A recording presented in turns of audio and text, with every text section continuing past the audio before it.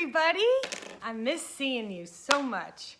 I've got a book to read today and a little project we're gonna work on, but first I want to introduce you to a couple of my friends. So here, turn around, little pups, come here. Sit. Okay, let's see if you can see him. All right, sit. This is Scout. Shake, Scout. Good. And this is Cody. Hi, Cody. Shake. Give me your paw. Good boys. Okay. Now we're going to start, as we start every art class, with our 3 deep breaths. I brought my bell home, okay? So remember, you're going to close your eyes. You're going to breathe in through your nose and blow it out through your mouth, okay? Here we go. You ready?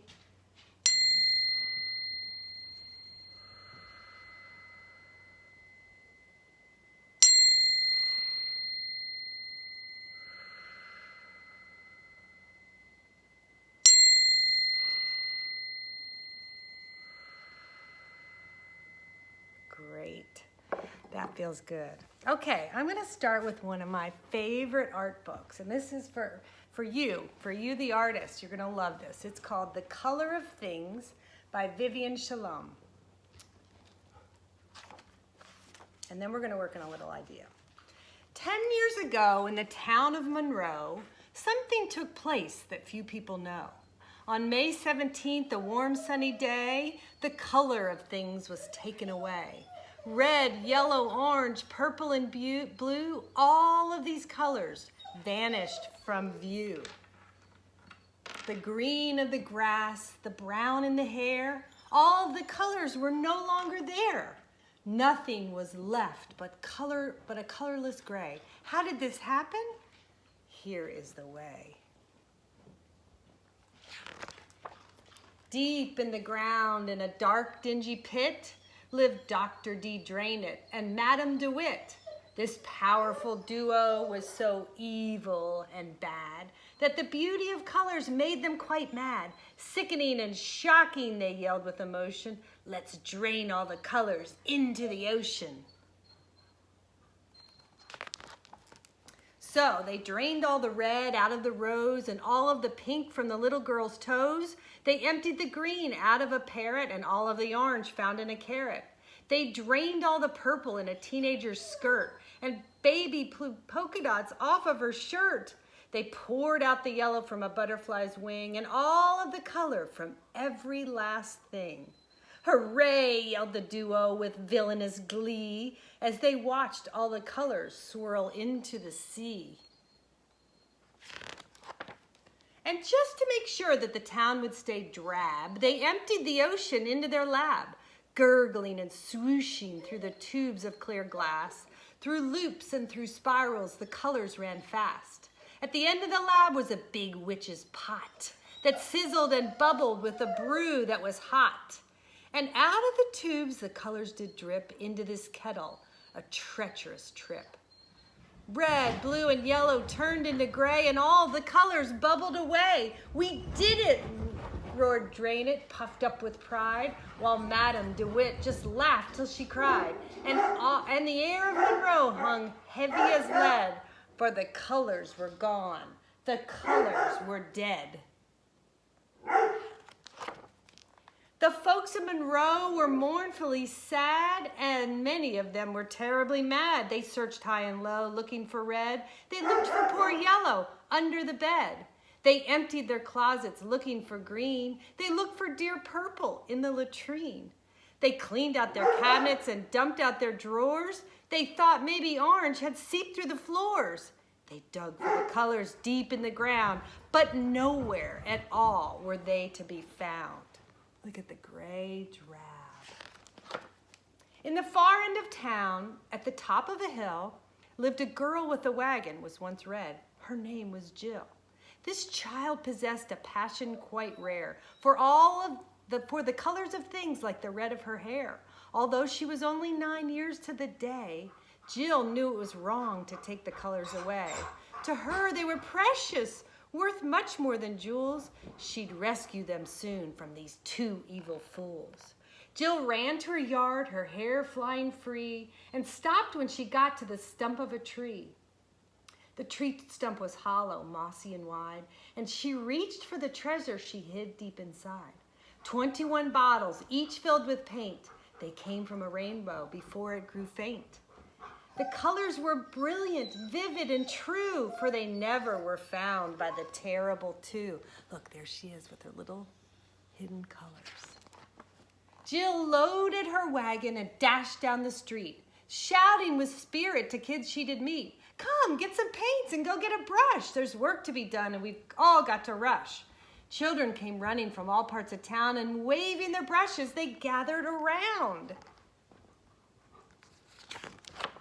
They painted each other, including their faces, hair bows and buttons and even shoelaces.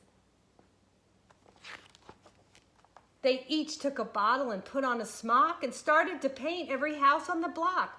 With purple, red, orange, and aquamarine, they painted a traffic light, red, yellow, and green. They painted a mailbox, the bluest of blue, a dog they made orange, an alley cat too.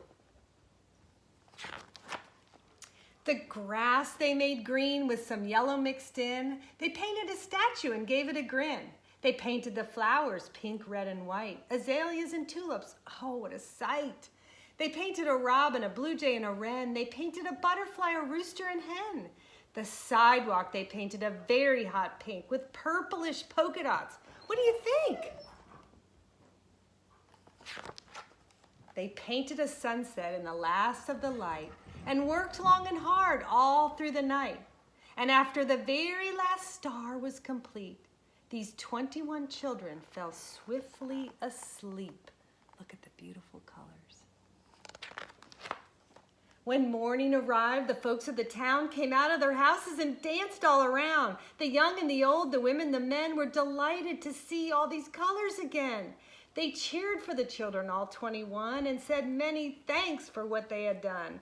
Jill gave them a smile, and so did the rest. They felt that their lives had truly been blessed. Look at that. As for Dr. D. Drainit and Madame DeWitt, later that day they climbed from their pit. At the sight of the colors, they cried and bewailed. The colors are back! Alas, we have failed! It's ghastly, it's disgusting, the two of them whined. And into their hole they once again climbed.